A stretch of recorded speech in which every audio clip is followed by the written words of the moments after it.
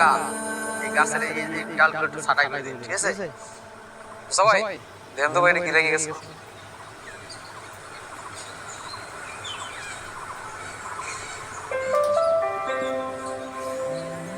এটা গুরুত্বপূর্ণ একটা জিনিস।